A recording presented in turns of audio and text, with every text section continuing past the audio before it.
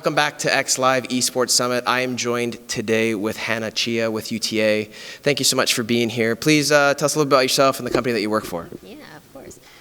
So I work for United Talent Agency. I am an esports agent in the department. We represent professional players as well as streamers. I sit on the streamers side where all my clients are essentially streamers and YouTubers, all in gaming.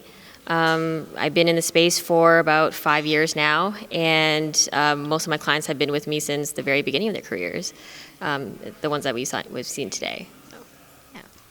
So tell us a little bit about the panel that you guys had. We had some streamers, some pretty well-known streamers, Pokimane, Fuseli, and Valkyrie. Tell us a little bit about what you guys discussed today and kind of what impact that has towards the overall esports ecosystem. So obviously our panel today was about business and the community that they've built. I think that a lot of brands enter the market and they're not quite sure as to how to take that first step. And the hope here was really to help bridge those gaps between brands and, sometimes there's fears around live streaming and stuff, and having those girls talk about their experience with the tools that they use in moderation, I think is really important to help kind of just assure marketers or brands that are entering the space that it really isn't risky, and it's just know who you're sponsoring, essentially. And you mentioned you've been in the space for 5 years. You're an agent.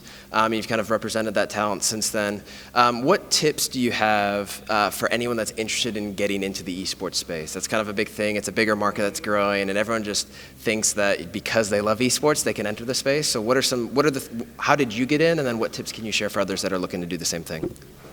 Some tips, I would say, do good work, be at all the events, network. And I think, when it comes to talent, know who you're trying to sign and understand what the approach is when you're trying to sign them. I think that there's times where people can be really aggressive about it, and talent, at the end of the day, sometimes they need education on what we do.